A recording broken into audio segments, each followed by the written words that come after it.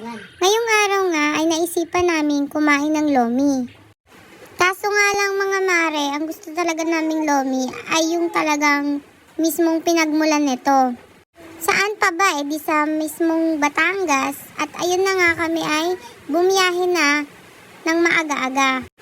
Pero ang totoo niyan mga mare, tinanghali na talaga kami dahil nga mga tinanghali ng magsigayak at galing barikan kagabi.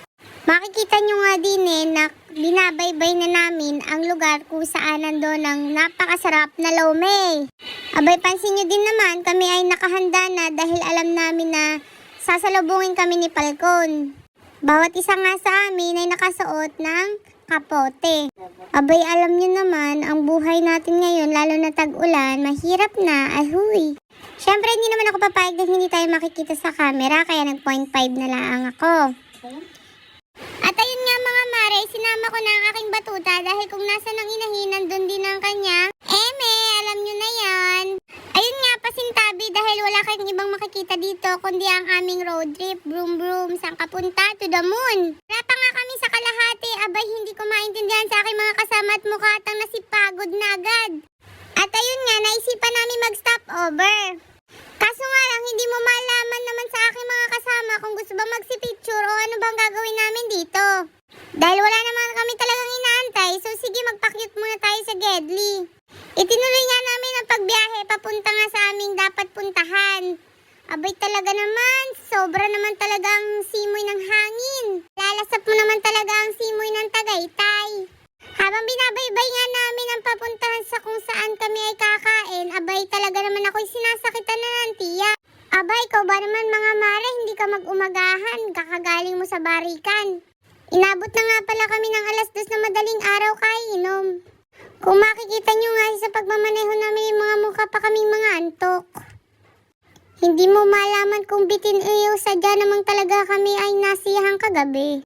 Naisipan ko nga mag-0.5 dahil nakakahiya naman at puro likod lang naman ang nakikita nyo din Abay, sabi ko naman ngumiti-ngiti kahit papaano dito sa camera.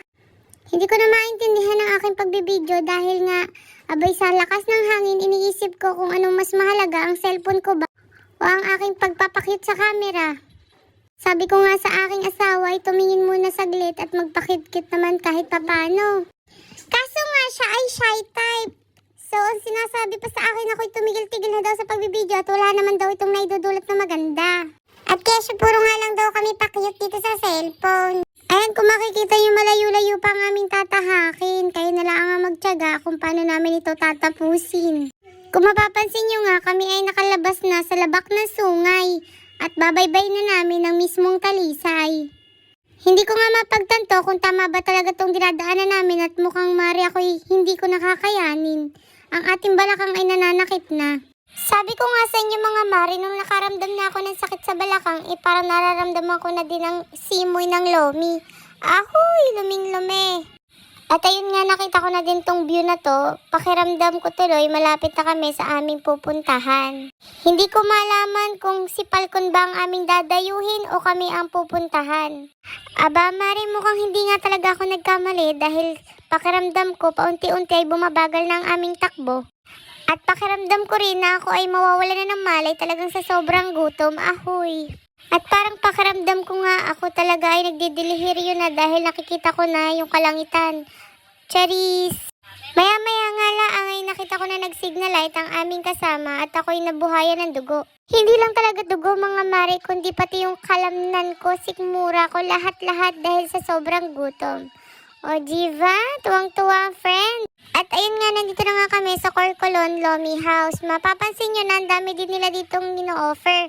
So ayan nga, bumili kami ng napakalaki ng lomi dahil marami nga kami.